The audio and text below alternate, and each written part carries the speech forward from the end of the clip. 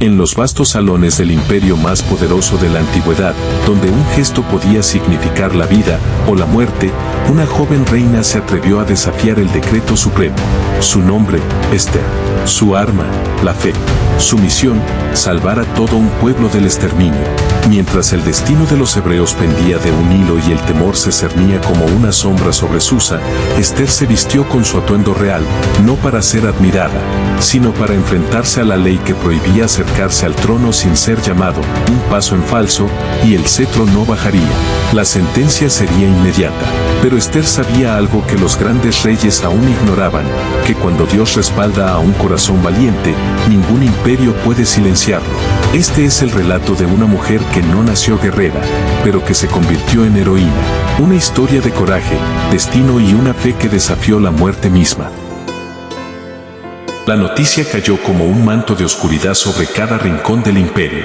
Un edicto real, sellado con el anillo del rey Asuero, había sido enviado a las 127 provincias, desde la India hasta Etiopía. En un solo día, el pueblo judío sería exterminado, aniquilado, borrado de la faz de la tierra. En medio de ese caos, en el corazón del palacio de Susa, vivía una joven hebrea que el rey había coronado reina, sin conocer aún su verdadero linaje. Su nombre hebreo era Hadasa, pero ante la corte era conocida como Ester. Huérfana de nacimiento, criada por su primo Mardoqueo, Ester no era una reina común. Su belleza la llevó al trono, pero sería su fe la que marcaría la historia. Mientras el pueblo judío ayunaba, vestía ropas de luto y clamaba a Dios, Mardoqueo envió un mensaje desesperado a Ester. Le pidió lo impensable, presentarse ante el rey sin ser llamada. Un acto prohibido por la ley persa. Un acto que podía costarle la vida. «Quién sabe», escribió Mardoqueo, «si para esta hora has llegado al reino». Entonces ocurrió lo inesperado. Ester no huyó, no se escondió tras los muros dorados del palacio.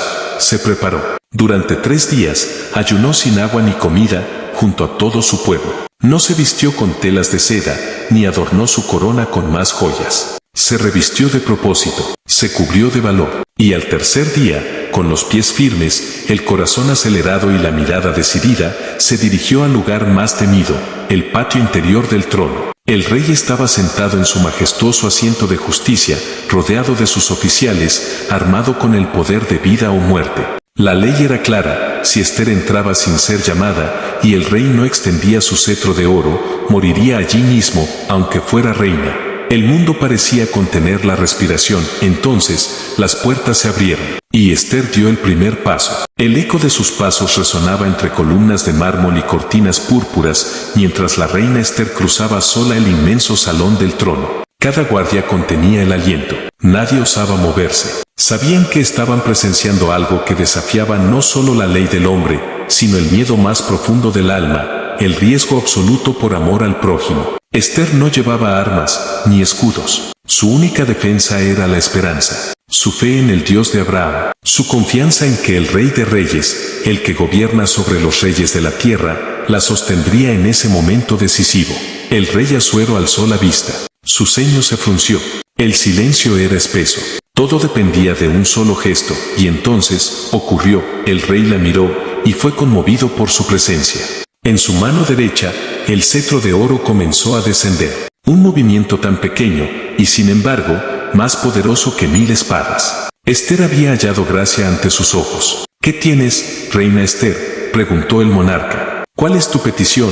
Hasta la mitad del reino te será dada». Y aunque su corazón latía con fuerza, Ester no corrió ni gritó.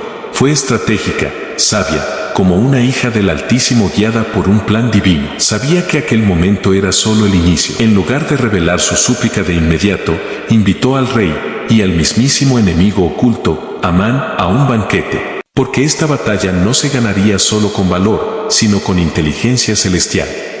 La trampa ya estaba tendida, pero no por Ester, sino por la providencia. Mientras el enemigo de los judíos, Amán, se relamía de poder y orgullo por haber sido invitado personalmente por la reina al banquete con el rey, el cielo tejía otro destino.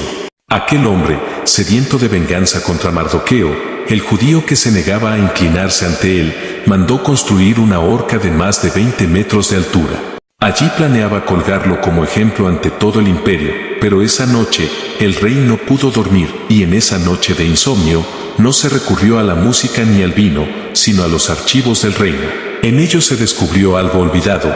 Mardoqueo había salvado la vida del rey tiempo atrás, pero nunca había sido recompensado. En un giro irónico digno de la justicia divina, fue Amán, el mismo que lo odiaba, quien recibió la orden de honrar públicamente a Mardoqueo por las calles de Susa. Amán fue humillado.